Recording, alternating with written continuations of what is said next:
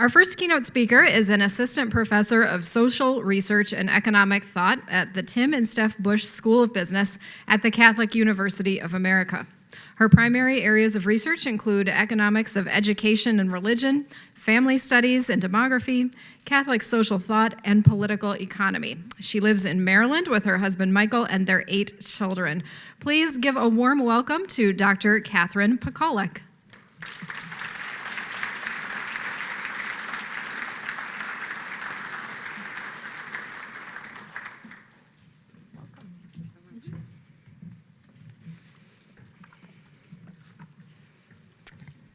Thanks for that kind introduction. I can't really see you, but I hope you can see the screen. I have some great photos for you.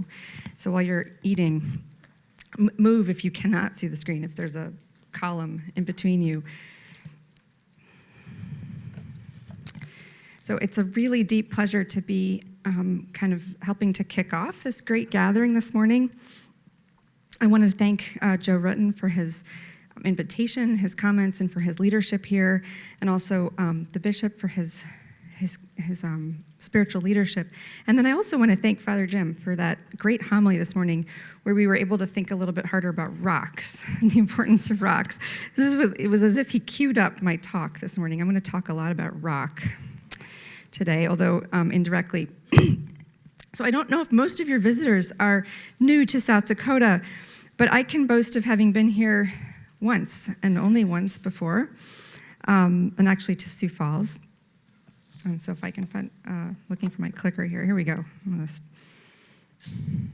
this work? There we go. All right, so in the summer of 1990, my father, my dad, loaded 4 of us children into a van that looked a lot like this one. I actually couldn't find any historic photos of this trip we took, but it was sort of like this. It was a red Chevy conversion van. The back of this van had a table. Has anyone been inside a van like that? We played cards all across the country. I was 14 years old. We left from Boston, Massachusetts, and after crossing to Chicago, we headed to the northern loop of our trip, and we stopped in Sioux Falls. We spent, I think, one night here. It wasn't very long, and we definitely walked down to the falls. I remember that, and I am sure we went into the cathedral. My dad was like that. So that trip, after we left Sioux Falls, we headed west, and this was the big epic, kids go out west with dad trip. Our first stop was the Badlands National Park. And that summer, I was reflecting on that, just thinking to prepare for today. That really sort of began my first exposure to what I like to think of as the great trust, which is our national parks. And many Americans, I have my dad, like other Americans, have my dad to thank for this kind of passing on of the trust. My dad used to speak about the national parks as sort of transcendent, blessed places. And so for my dad, in fact, he's out west now. So if you grew up on the East Coast, he's from New York. Almost everything east of New Jersey is out west, right? But certainly getting past the river is out west. For my dad, going out west had this special meaning, and his actions made that point clear enough to us. Whatever the parks had to offer, it was certainly important to him that we set aside time to waste. In the summer, driving thousands of miles in the summer heat, I don't think there was air conditioning in that van, and to be immersed in those places. The lesson certainly struck. I did fall in love with the parks. After the Badlands, we continued to Wyoming, to Yellowstone. We did not go as far as California and Yosemite, which I'm going to talk about today, but we did go to Utah. And I really believed as a 14-year-old that Zion Canyon was the most beautiful place on earth. So a poster from Zion Canyon was my prized possession, or sort of my souvenir from that summer trip. And it stayed on my wall all the way through high school and into college. I've actually never been back to Zion since then, but it's sort of on my list. It's had a great influence on me. We did continue at that time to the Grand Canyon, and we finally sort of swung back up, stopping in Telluride, Colorado, and then driving back over the Rockies. It was not the perfect trip. I said my dad is from New York City. He is not an outdoorsman. Many of our stops were kind of drive-bys. Why would you drive all of that way, right? But many of our campsites that summer, I was trying to look this up. It turns out the Harley Owners Group doesn't have really great website records. But in 1990, there was a big rally. And so many of our campsites coincided with the hog rally. So imagine Harleys driving in and out, all night, like till 2 or 3 in the morning when you're trying to camp out. So there were a lot of things that could have gone better. And every now and then, Dad, out of desperation, checked us into a cheap motel. So I don't really have any memory of what we ate, but it could not have been good. And as I said, Dad isn't much of a hiker. We sort of stood on the rim of the Grand Canyon and then moved on, and it's like, it was a good drive. This trip was really great. So it kind of kicked off here in Sioux Falls when I was 14. And it initiated a great deal of my attachment to the ground, sort of the physical ground of this country, and the natural beauty, which today influences a lot of my sense of how we should think about freedom. And that's really what I'm going to talk about today. If you're going to talk about virtue, you have to talk about freedom. So I was asked, Joe asked me to talk about a vision for virtue in business. So I was trained as an economist, which is something I've come to regret many times. Economists don't know very much about business, actually, not by training. And I'm going to volunteer for you right now that we're not very practical. So I want to start with where economists can be good, if they're good at anything at all. And so I'm going to start by quoting one of the best-loved passages from an economist from the 1850s. And so this is a passage from a text called What is Seen and What is Not Seen. And this is an economist by the name of Friedrich Bastiat. So he said, in the economic sphere, an act or a habit or an institution, a law, produces not only one effect, but a series of effects. One of these effects, the first alone is immediate, so like the immediate consequence. It appears simultaneously with its cause, and it is seen. The other effects emerge only subsequently. They are not seen, and we are fortunate or lucky if we do foresee them. He says that there is only one difference between a bad economist and a good one. The bad economist confines himself to the visible effect, and the good economist takes into account both the effect that can be seen and the effects that must be foreseen. And he says, this difference is tremendous, for almost always it happens that when the immediate consequence is favorable, instant gratification, anyone? The latter consequences are disastrous, and vice versa. Whence it follows that the bad economist pursues a small present good that will be followed by a great evil to come, while the good economist pursues a great good to come in the future at the risk of a small present evil. So what I'm hoping that we'll see this morning in our time this afternoon is that this attribute of the good economist, as Bastiat says, applies just as much to the good or to the great businessman.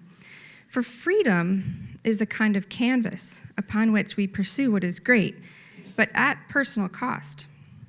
So no, as the saying goes, freedom is not free. But we might as well also say that virtue is not free. It depends upon freedom. And in fact, virtue, these good habits, in essence, virtues are the highest and best expression of freedom. We can't then, I'm going to say, get it right about virtue until we've thought hard about the drama of human freedom. So I'm going to move you forward. So here we go. Yeah, there's my rocks, but now I'm ahead a slide. Here we go.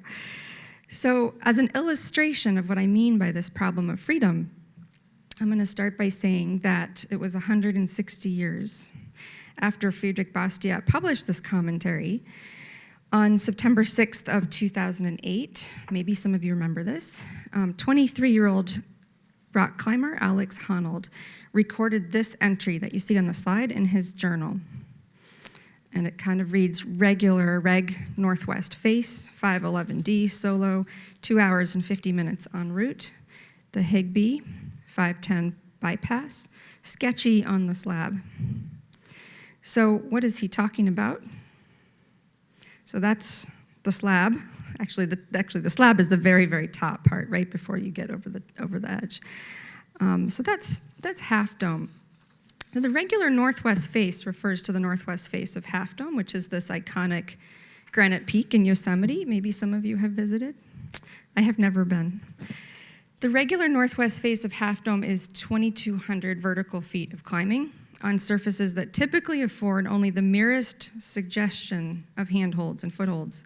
If you've climbed anything sort of recreationally, if anyone climbed recreationally inside of a gym, there are, big, attractive handholds, like things that you recognize as something you might grab onto. Most of this kind of climbing has nothing you would recognize as something that you would want to hang on to. So the easy sections of a climb like Half Dome, the easy sections are long vertical cracks, just big enough to stick your fingers into. That's easy. So the difficult sections are wide, flat slabs that often require the arduous skill of smearing. So smearing is just as bad as it sounds. It's the act of pressing the sole of your shoe directly onto the rock or the slab and using friction alone to gain vertical ground.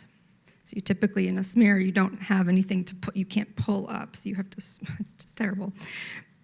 So the northwest face of Half Dome is a route that only a small number of people will ever attempt in what is called a free climb.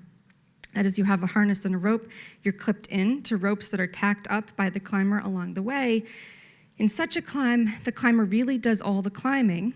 She never uses the ropes to bear her weight or to get over a tough section.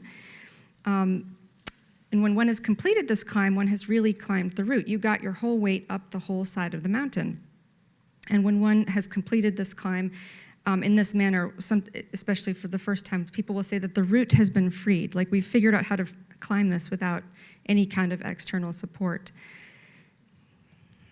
Let's see, I have another picture. This is also Half Dome. I guess that's an easy part right there. Let me see if I have, what else I have. There we go. Yeah, so this is Half Dome with the Higbee route marked. There are many different routes up Half Dome. This is the route that Alex Honnold climbed. So on September 6th of 2008, so 11 years ago, Alex Honnold ascended this northwest face of Half Dome with no ropes and no harness. This style of climb, as people now know, is called free soloing or free solo. Earlier in that same year, in 2008, Alex had catapulted to climbing fame for his free solo of Moonlight Buttress. So Moonlight Buttress, I think I have a picture. There it is. It's that sort of bit of the wall that's sticking out for you.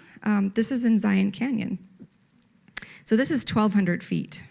And so in April of 2008, he climbed this without any support, and no ropes, no harness. If you haven't read it, there's a book which documents this, and it's pretty great to read. These folks are pretty unusual characters. Right? So let's go back to thinking about Half Dome. So John Long, who was a climber, and who was one of the famous climbers of the group of guys called the Stone Masters in the 1970s, he himself had pioneered many of the routes in Yosemite. He said of Alex's free solo climb of Half Dome, "There isn't anything I can think of that requires that level of concentration for that length of time, with the penalty being certain death if you make a mistake." Right. But John Long probably should have held off on that comment. Just 2 summers ago, in early June of 2017, Honnold got up in the morning, drove into Yosemite, put on his climbing shoes, chalked up, and climbed the dawn wall of El Cap, which is this wall, which is 3,000 feet high. Climbed it alone, without ropes. It took him 4 hours to free solo this 3,000 feet of granite. Tommy Caldwell, who is arguably one of the world's greatest climbers, called this, and he's a peer to Alex, he's a little older than Alex. He called this the most significant event of the sport of climbing in his entire 38 years. Daniel Duane, who's a wonderful kind of sports writer, wrote in the New York Times about this, and he said, on June 9th, he said, "This ought to be celebrated as one of the greatest athletic feats of any kind ever," right? Just another view of El Cap. This is what it will look like looking up. This is called the Dawn Wall, and you can see why. These photos catch the morning sun. So when you're in Yosemite, when the sun rises in the morning, it first casts this beautiful this beautiful light on this wall. It's called the dawn wall. So this is what you'd be looking at from the bottom. Let's see. Yeah, that's the idea. So Daniel Duane, writing in the New York Times, said, he said climbing has its subdisciplines that called for different genetic gifts. I mean, we watch about climbers and mountaineers who go up winter mountains in the winter. They have these different gifts, different subdisciplines that call for these different gifts. He said, free soloing requires the capacity to tolerate extreme fear of falling and sustain this over minutes or hours while enduring physical and cardiac burdens beyond what any of us will ever experience. He goes on to say, free soloing is a kind of distillation of the entire climbing world's collective fantasy life. Vanishingly few elite climbers make careers out of free soloing, and plenty of people, maybe you, call it irresponsible and deplorable. But in fact, in my family, we have ongoing debates about this. So my husband wrote, I think, a column last year, saying that this was terrible stuff. So I'm not saying it's great, but I'm saying it's pretty interesting. So Duane says, maybe you call this deplorable. He said, but in the heart, in the heart of hearts, these other climbers, they all recognize this kind of free soloing as the final word in, forgive me, badassery. In words more refined, we might say free soloing is something like the Platonic ideal of climbing. And I think, okay, here's the route that he took up. Do I have a pointer at all? No, it doesn't work. That's the route that he took up. It's the free rider route up. By the time Honnold climbed the dawn wall, everybody was watching. I mean, everybody knew this was going to happen. When he climbed the Half Dome and Moonlight Buttress, he kind of went out and did it, and nobody really knew it was taking place. So this was a big deal. So Duane concludes in the New York Times article. He said, reasonable people consider projects like these idiotic to the point of outrage. That is perfectly defensible. If you count yourself among those inclined to negative judgment, and even if you don't, I hope you'll indulge a mental exercise for fun. Allow your mind to relax into the possibility that Honnold's climb was not reckless at all, and that he really was born with unique neural architecture and physical gifts, and that his years of dedication really did develop those gifts to the point that he could make every move on El Cap without rest, and he could do so with a tolerably minuscule chance of falling. Viewed in that light, Honnold's free solo of El Cap represents a miraculous opportunity for the rest of us to experience what you might call the human sublime, a performance so far beyond our current understanding of our physical and mental potential that it provokes a pleasurable sensation of mystified awe, right alongside with inevitable nausea. So the question I want to ask this morning, I said I was going to talk about rocks and I was going to talk about freedom. The question I want to ask this morning is, why do we call this activity free, as in free solo? And how is it related to great human achievement, or this human sublime? I can move to a different slide here. There we go. This is a picture of Honnold on Half Dome. This is actually not El Cap, but it's a great, this is the inevitable nausea that you're supposed to have. So have a couple thoughts. Okay, so free soloing is marked by at least 4 obvious attributes. So the first is the willed, the chosen in freedom, and desired cultivation of unique capabilities, right? So you have some special gift, but you gotta do something with it, right? I mean, he could have just been the world's greatest possible climber, but just nobody ever knew because he didn't bother, right? The second that's clearly related to this kind of activity is an intense mental and physical suffering. So there's a kind of the pain and the hardship of this kind of climb itself, right? The glory associated with free soloing is in some ways connected to this, right? Everybody recognizes this was a really hard thing to do. This was a really painful thing to do. I mean, that, young people who are confused or sad often do painful things to kind of prove that they're tough. But they're sort of pointless tough things, right? So this is a beautiful tough thing. And everybody says, wow, like that was tough. The third thing is a kind of this high risk, high reward motif, right? So certain death on the one hand, yes, right? That's the risk. On the other hand is the pursuit of something noble and valuable, and we also know another way to think about that is rare, right? And how many people can climb this at all? Like almost nobody. This is valuable and rare. And the last thing, I'm going to spend a little bit more time on this, is something we might think of as kind of intense preparation. So think about the fact that to climb this at all, right, even with, we would call protection, right, a rope that you're roped into. To climb it at all requires enormous amounts of time spent practicing. This is not one of these things where guys get up and they go, oh, I'm going to climb that today, right? This is, I mean, you wouldn't imagine it, but you practice this, right, hours and hours, months and months, years and years. This is just like sort of Malcolm Gladwell's 10,000 hours. Like this isn't any different.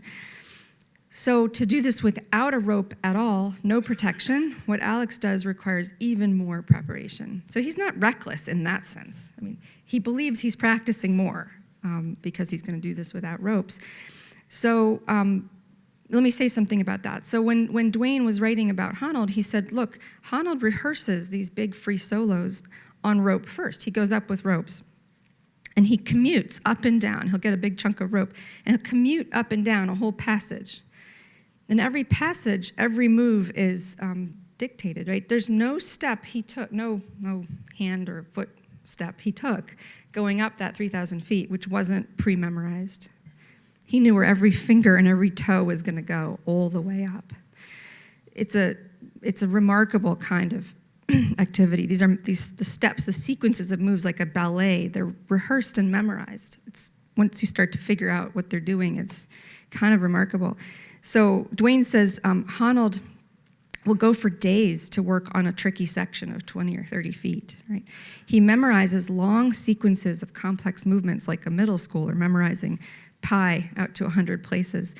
He's methodically bested in this way the marquee climbs of the greatest Yosemite free soloists before him. And he's spent years preparing for this climb. In the final weeks, Honnold told Dwayne that he climbed a particularly smooth stretch, about 500 feet up. So he had to climb up 500 feet and then hang out there and just practice this little stretch he was worried about. He practiced it 5 times in a row with only his feet, no hands. So whether or not it's reckless, he believes he's got to practice it far more than anybody else. And he's like, I could do this with my hands tied behind my back, he says, right? He's going to do it just with his feet. I don't even understand the physics of that, but that's what he's doing. Another picture of him up there, right?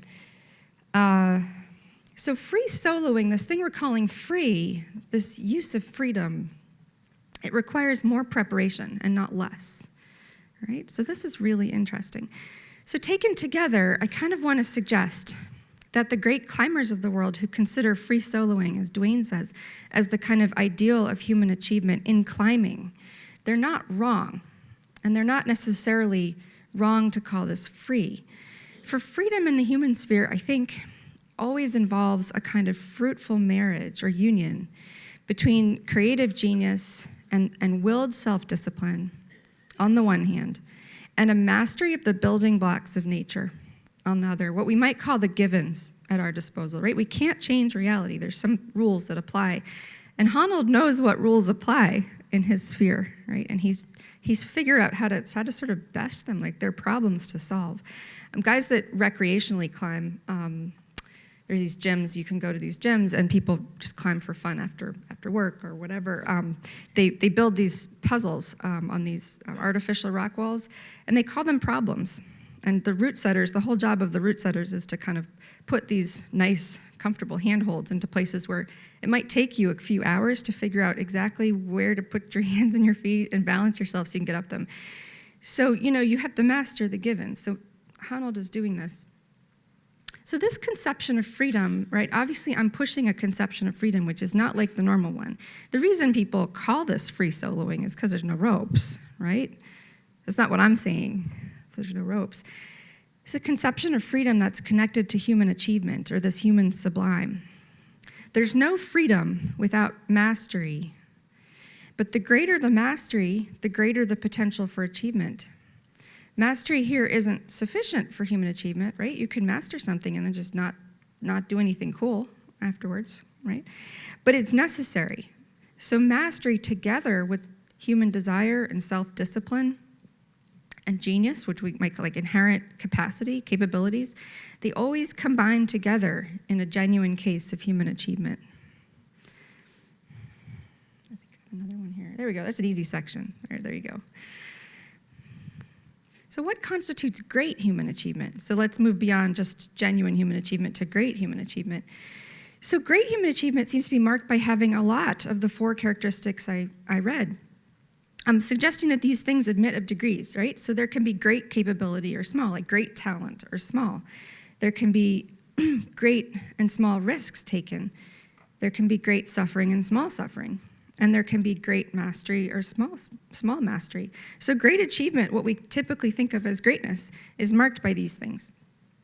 So for instance, the great achievement for a statesman would require the cultivation of his own or her own natural gifts, mastery of the principles of rhetoric, negotiation, political acumen.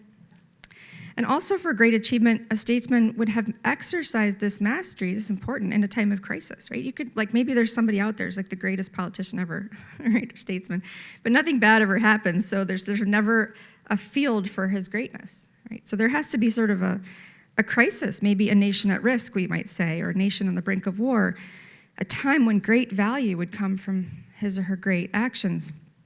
And finally, we would recognize that the effort to achieve this result, for this great statesman, cost a great deal. It cost him a great deal of suffering, right?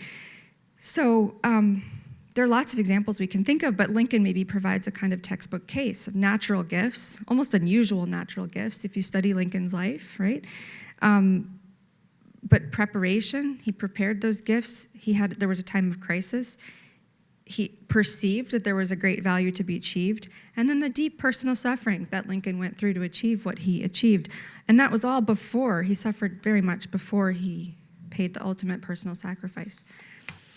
So what we might rightly call then most free are those men and women whose accomplishments are most great.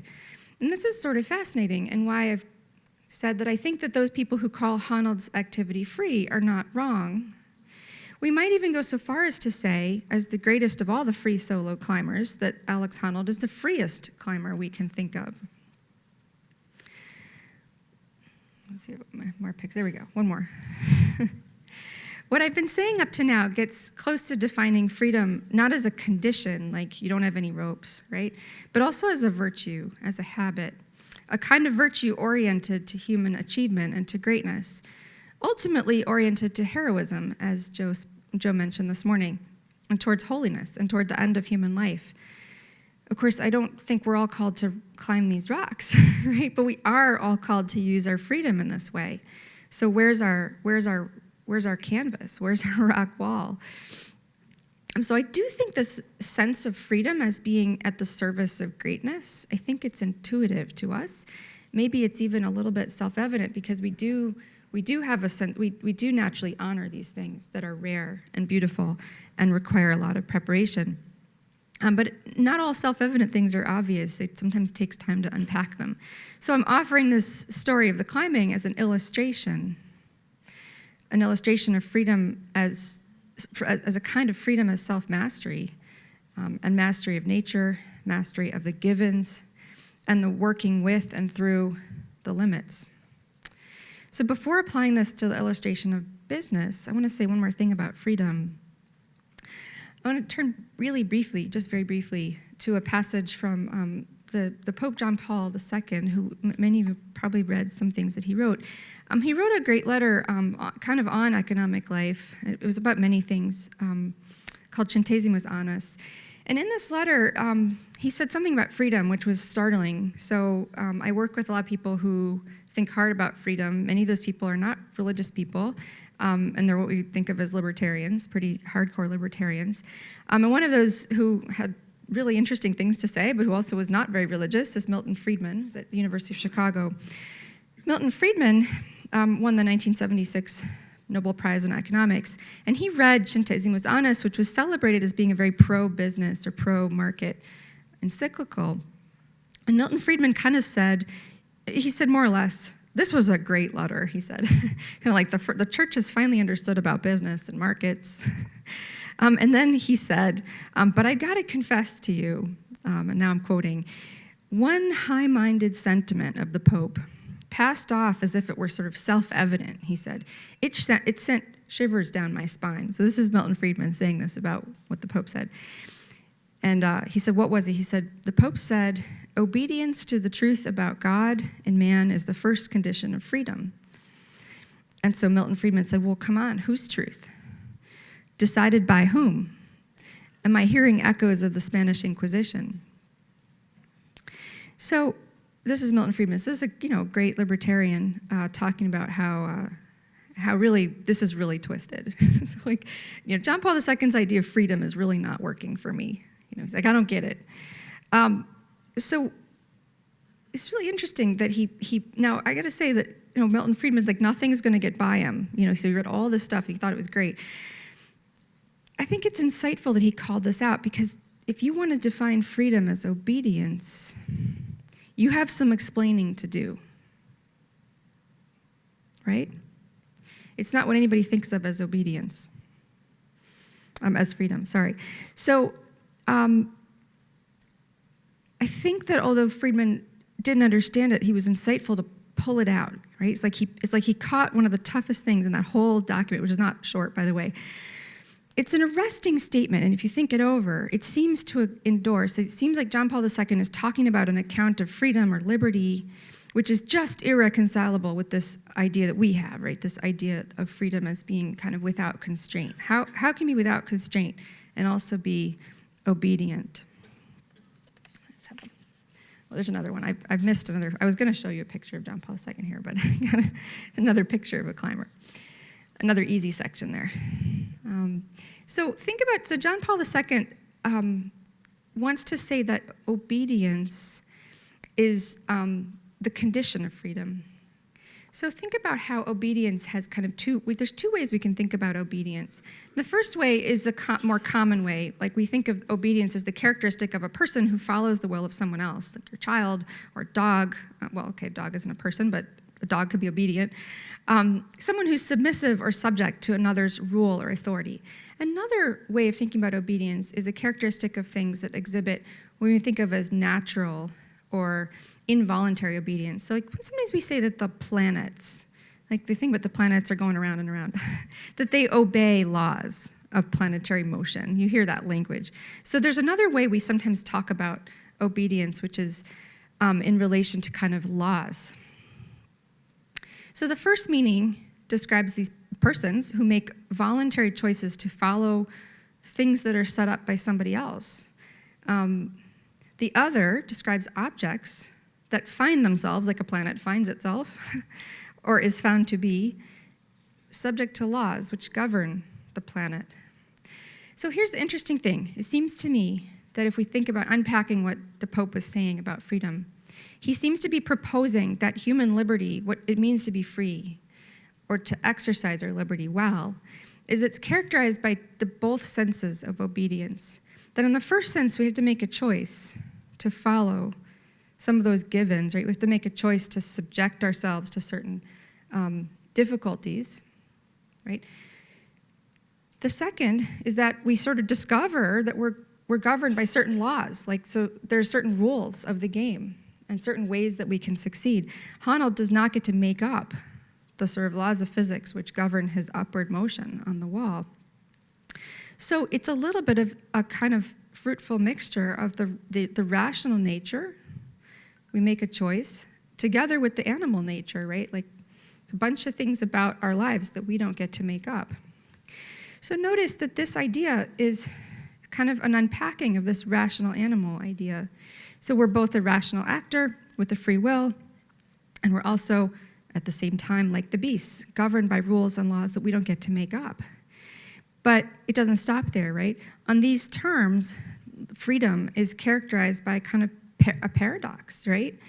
So there are things which seem to limit us, but maybe like the rock climber, once they're mastered, they propel us upward. I have another, here we go, another one.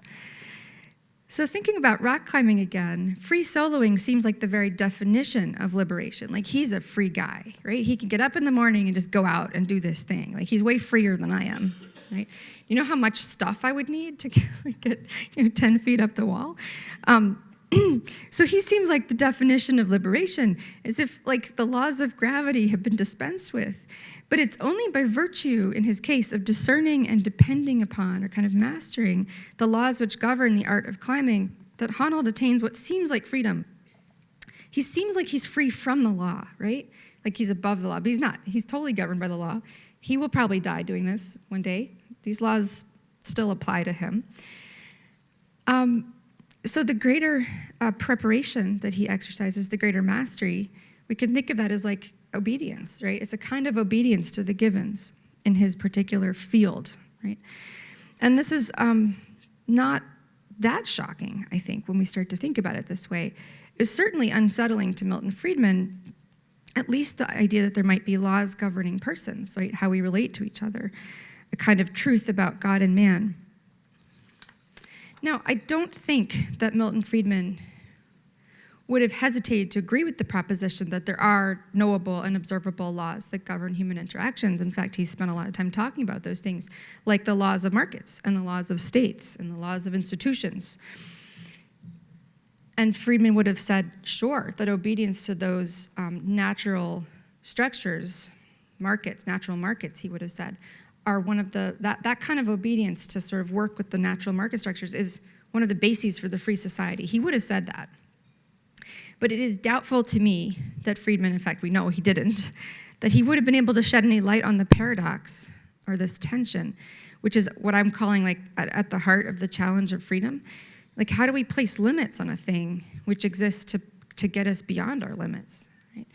So St. Paul says it's for freedom that you've been set free, right? You find these things all throughout the scripture, these kind of slightly mysterious, paradoxical passages, and nowhere more than we're thinking about free, like the truth is supposed to set you free, right? What is that supposed to mean?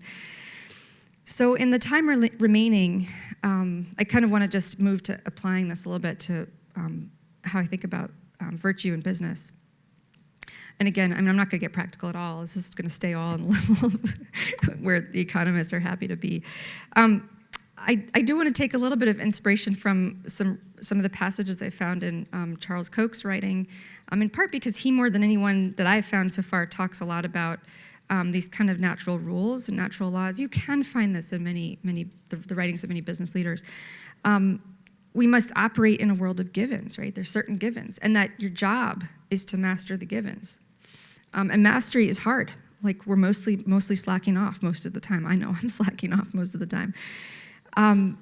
So Koch says, and I don't know if this is readable, but Koch says, good management, and we can just substitute virtue in business, right, is extremely powerful, he says, but successfully applying it, I mean, this is a great illustration, is neither simple nor is it easy. After more than 5 decades, he says, developing and applying principles at Koch, I've learned that it's not enough to simply memorize the methodology or learn your way around a kind of metaphorical toolbox. Successful application requires internalizing its principles at all levels, especially in leadership. If you've never swung a golf club or driven a car before, theory and instruction will only get you so far. You need to pick up a club or get behind the wheel and keep practicing until you internalize the mechanics to the point where you can do so automatically. It needs to become second nature to you. So this should be, I mean, I could just stop now. Like, it should be pretty clear now why I was talking about rock climbing, right? So there's a whole bunch of stuff that has to be practiced, but actually, in a sort of interesting way, this is more subtle than rock climbing. Like, it's like the rock climbing that hits you over the head. You know, there's some things you got to practice. If you don't practice, then you're going to fall off. But in our business life, in our professional life, it really applies to all the professions. In my life as a mother, this seems to me particularly true. So the claim that Koch makes later in general terms is that there are real and existing principles, we might call them laws, we might call them rules, that govern both the natural world and social reality, like how I relate with my kids. I am not free to make up how my words are going to sound to my kids. Right? They're gonna be a certain way. And those principles can be discovered by us. We can learn what they are, and we can become good at them. So this is really great. So Catholics often call this natural law. This is an expression mostly limited to the Catholic tradition. Koch advances the idea that business enterprises, like other social institutions, unlike society itself, are also governed by principles or laws. They're kind of regularities or patterns. They're not laws in the sense that, you're going to get arrested, but they're sort of like there's just things you've got to do right, and if you do them wrong, there's big consequences. Certain ways of relating and practicing business work better than others, and that these are not mysteries. We don't have to think like, well, some people get lucky, other people don't. Some people fall off the mountain, other people don't. Right? There are ways of discovering these things, and we can learn them and practice them. So business isn't a lazy man's activity, right? In Honnold's case, the climber, we can see intuitively and immediately that there are principles which govern his ability to balance and propel himself. Amazingly, when we look at the difference between great businessmen and poor ones, we often, maybe not you, but certainly the media, certainly people out there, people in your family, they often look and they think that the difference between successful businesses and unsuccessful ones is luck. I have a million examples of this. And they say, well, it's luck. And by the way, if it's luck, there's no reason we shouldn't redistribute somebody's success to everybody else, because they don't have any right to any particular advantages from their success. But this isn't the case, or at least this is not solely luck or chance, right? It's easier to see in the case of free soloing. It's just not like luck. We just pick a guy out of nowhere and he's able to do this, right? Clearly, some of this is a gift, but then a humongous part of it is what he does with this gift. So he's figured these things out and he's practiced them. So virtue in business, I want to say, like virtue in anything, requires a kind of mastery of discovered and learned principles of success. Principles which may be universal, some of them probably are, but many of them are so unique, are particularly unique to our own sphere of influence and our own kind of professional work. This certainly implies, although I didn't write it here, it certainly implies that we are constantly trying to learn and to study. Honnold, we read that he climbs these tough sections like 5 times with just his feet. Right? So virtue requires hard work, and anyone who's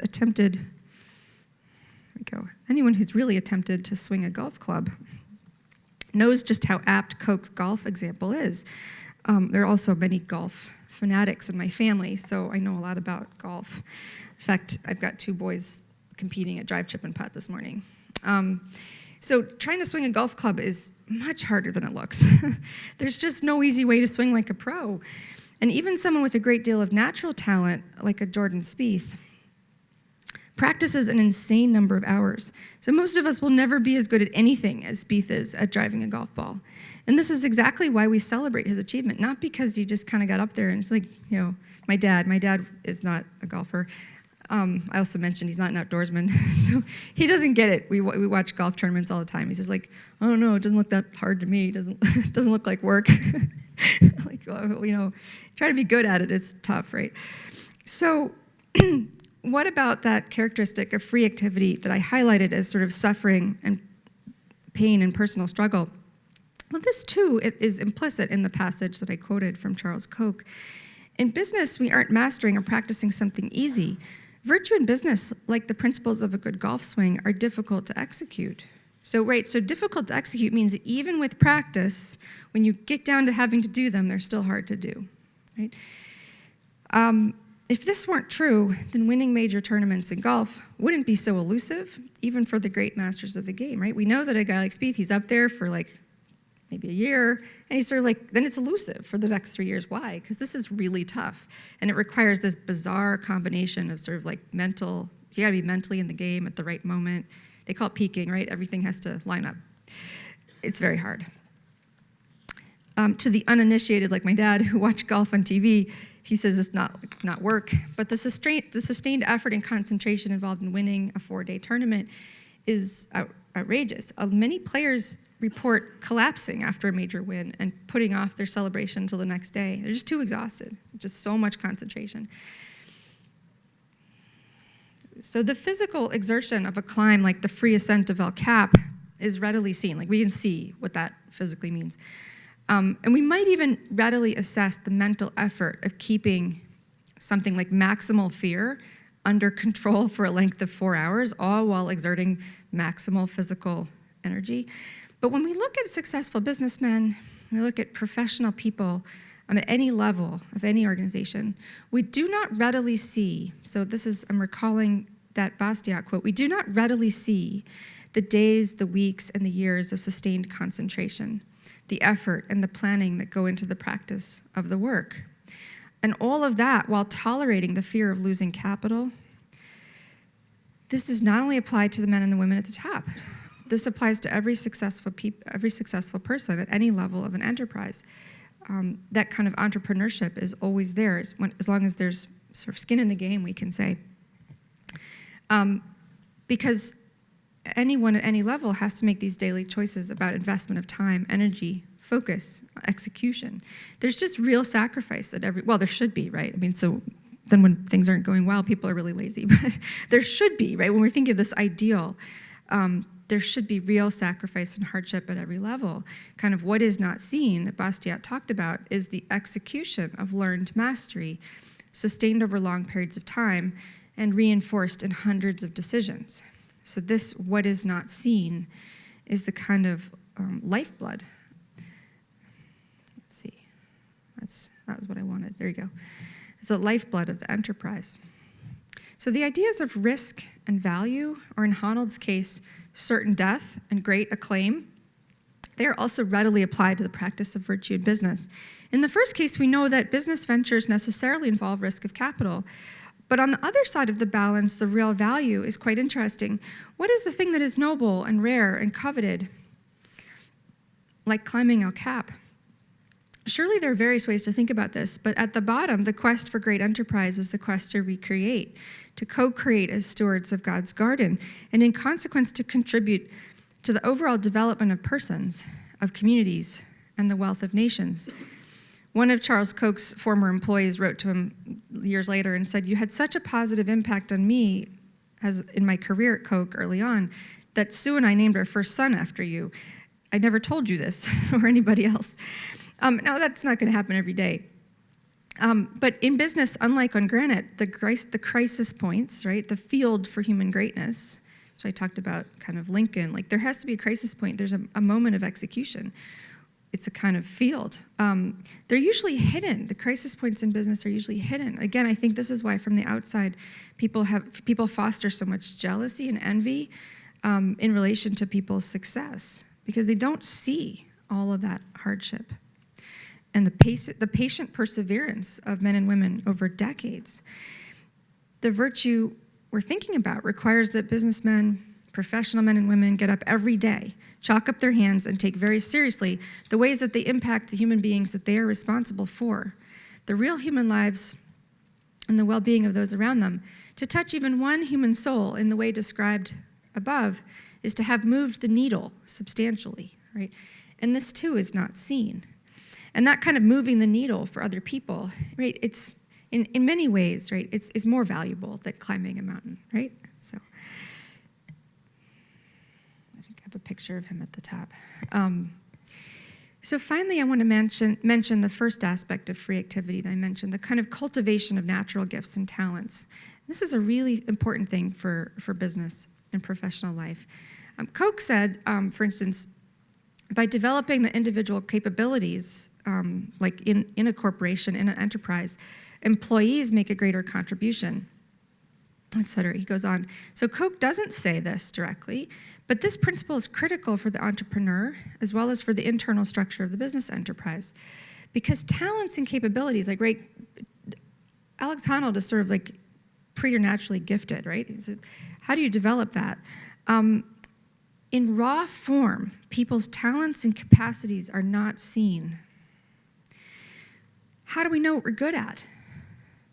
Athletic talents, like creative ones, require a kind of field or a canvas. Like if you never hand a talented kid a golf club, you never figure out that he's got that capacity. So they need a canvas, like a big rock, for discovery, for practice, and for execution. The vast field of free enterprise, I want to point out, And by vast field, I mean a couple of 100 years. It really stretches back a lot longer than that. But what we think of as this strong field of free enterprise has connected millions of persons with talents they did not know they had. In economic theory, if you took like basic economics ever once, we talk about revealed preferences, like consumers who go into the store and they didn't really know what they want, but then you figure out what they want based on what they choose. But a good theory of free enterprise would speak about revealed talents, right? How we discover through execution and free enterprise what people are good at. And we give them opportunities for that. So what I've been sketching up to now is a kind of argument that virtue in business is the rightly ordered expression of human freedom in economic initiative. I've also argued that this rightly ordered freedom in the economic sphere aspires to or aims at what we think of as great human achievement, right? It's not less glorious than these climbs I'm showing you. I mean, it is in some ways, right? But it isn't really, right? This is the stuff of human life, and it is meant to be this way. The building of great business corresponds, in fact, to the richest and most intuitive notions of what we call free human activity. When I said that Honnold might be called the freest climber of all, I meant that he was more free, but also that his accomplishment freedom depended upon more work, more mastery, more sacrifice, and more cultivation of gifts than all other climbers. And this is our job. And the reason we have confidence we can get this done is because we can rely on God's grace, right? So if this is true, we might say that what Koch tries to practice is a kind of philosophy of free enterprise based on the wisdom of his father. He talked about this. It's sort of like the rules for free soloing in business. It's not just ordered to good profit. Koch called it good profit. I think it's aimed at greatness. So early on, Koch talks about his father passing on a small sum of money to him when he was a young man, which he was supposed to use to build his first business. And his father said to him, look, if you use this gift as a valuable tool, you can use it as a valuable tool, or you can squander it foolishly. And if you choose to let this gift destroy your initiative and your independence, then it will be a curse to you, and my action in giving it to you will have been a mistake. I should regret very much to have you miss that glorious feeling of accomplishment, and I know you are not going to let me down. Remember that often adversity is a blessing in disguise and is certainly the greatest character builder. That glorious feeling of accomplishment is another thing we do not see, right? It's not seen. And it comes, as Bastiat said, as the result of hundreds of thousands of small personal costs. Just so, Honnold described his feeling at the end of the most epic free solo ever. I think, I didn't have the book when I was writing this. I think he said very delighted. Now, I don't know about you. Very delighted isn't it like an outpouring of emotion? But I take it for Alex, that's very emotional for him. He's stoic, right? So an expression, very delighted, at the top, this is actually not a live photo at the top. Do you realize this? He didn't want anybody watching him, actually watching him. People knew he was climbing it, but they recreated the climb to get pictures of it. At the top, he simply walked away barefoot. You have to take your climbing shoes off. You don't walk around in your climbing shoes. So you get to the top, you got to take them off. But you don't carry anything with you when you're climbing 3,000 feet, right? There's no backpack. So he just sort of walked away barefoot like this. And he sent like the briefest text messages to a couple friends, like very delighted, did it. But what is that? That is the glorious feeling of accomplishment. So just a personal interest. This is a week ago today, on August 1st. But that's me on the right with my daughter, who's 13. We climbed Mount Washington. Now, Mount Washington is not rock climbing, but it's the highest peak in the northeastern United States. It's the tallest mountain of the presidential range in the New Hampshire White Mountains. It's not an epic feat for mankind, but it was epic for this mother I have vacationed up there for 20 years, and I was never in good enough shape to do this climb. So so in my own way, I kind of was like, this is great. It's just this feeling of accomplishment. There's nothing that really compares with that feeling of being completely spent, like you're just going to drop dead right now. But you're just utterly pleased with your effort. right? We want to take that, we have to encapsulate that and bring that into our work life. And it's just hard. It's hard. This is why we need retreats and rejuvenation, to kind of remind ourselves that's actually what we're trying to do. So implicit in my argument for the relationship between free enterprise and great human accomplishment, or what I earlier called the human sublime, is something like the Bastiat thesis, that the good economist pursues a great good to come at the risk, present cost. But this is also true of the good professional, the good entrepreneur.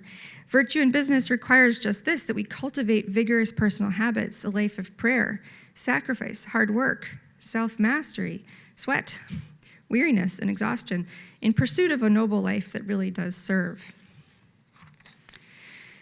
So just to wrap up, I want to revisit this climber in Yosemite. I opened with the idea that Honnold's free soloing illustrates 4 things about freedom. And I connected these 4 things, and I also said that was 4 things about freedom, but also about virtue, right? And then I spent some time advancing a little bit of a thought about freedom that starts to square the circle, right? A definition of freedom which involves obedience to limits, but in the service of propelling us beyond limits. So here's a funny thing, or an interesting thing. I've only lectured once or twice, maybe twice before, on this Honnold material. And the very first time that I did, it turned out that one of the members of the audience had a wife whose younger brother was killed in a climbing accident.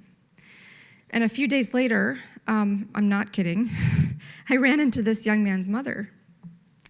Now, when you look into the eyes of a mother whose son has fallen off the side of a mountain and died, you can suddenly worry that maybe you've been taking your intellectual exercise a little bit too far. I told her from the bottom of my heart how sorry I was about her boy.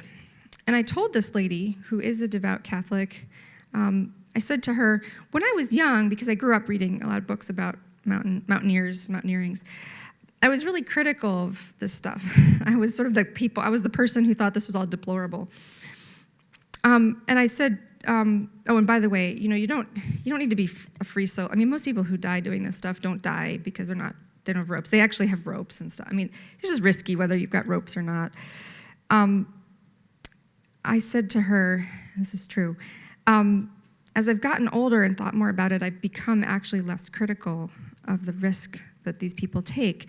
And I saying this, I have 6 sons, so I feel like I hope I don't come to regret what I'm saying.